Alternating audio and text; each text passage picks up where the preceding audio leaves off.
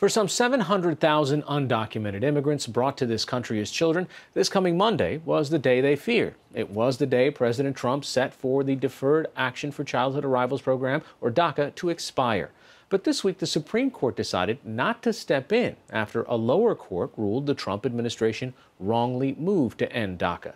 That keeps the program in place for at least 6 months as the case is set to go through more rounds of appeals. This gives lawmakers more time to agree on a permanent fix, but it still leaves many dreamers in limbo. For more, I'm joined by USA Today immigration reporter Alan Gomez. Alan, so why did the Supreme Court say, you know what, just let the process take its course? Yeah, I mean, this was very much a procedural move. What happened is a federal judge in California ruled that the Trump administration used a flawed legal argument to shut down the program and ordered the Department of Homeland Security to restart it and continue processing renewals for these DACA recipients. Usually, the next step should have been for the Department of Justice to appeal to the Circuit Court of Appeals in California. But they took the incredibly rare step of trying to leapfrog that court and go straight to the Supreme Court. And so all the Supreme Court said this week, it didn't rule on the legality of DACA or on whether the Trump administration was right or wrong in terminating it. All they said was, no, go back, go through the regular course of appeals, and we'll get back to you if it reaches the court again. What happens to the people that are kind of in this middle transition, who might have been registered or who might have been in line?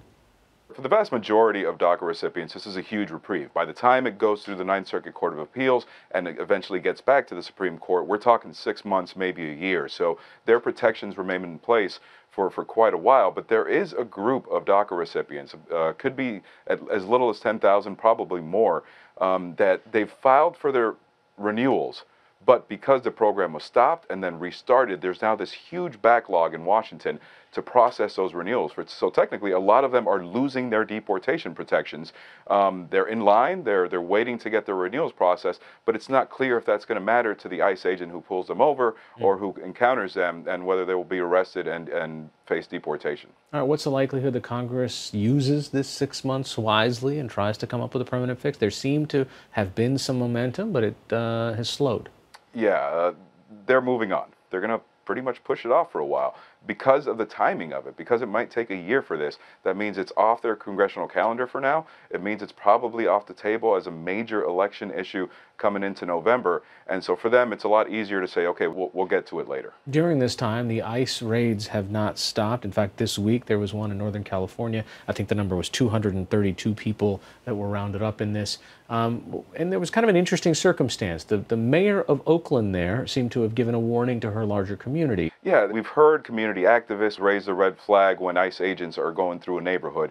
But this is probably the highest ranking official. This is Mayor Libby Schiff in Oakland, who put out a call saying, it looks like there's some ICE raids going on in the community. Be on the lookout for this.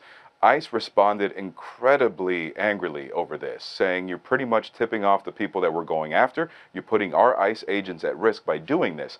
But the reasoning behind it is that ICE isn't just going after people, you know, convicted murderers or felons. They're also picking up anybody else that they encounter along the way. So the argument is that, look, we're putting out the word for these, you know, sort of innocent undocumented immigrants who haven't committed other crimes, to let them know that this is happening. In this raid, there was 232 people arrested. Only half of them had a prior criminal conviction. But yeah, this is a very controversial way of doing it. As ICE says it, it puts their agents very much at risk. And I wonder if we're going to start seeing more of this from local government leaders. All right, Alan Gomez of USA Today joining us from Miami. Thanks so much. Thank you.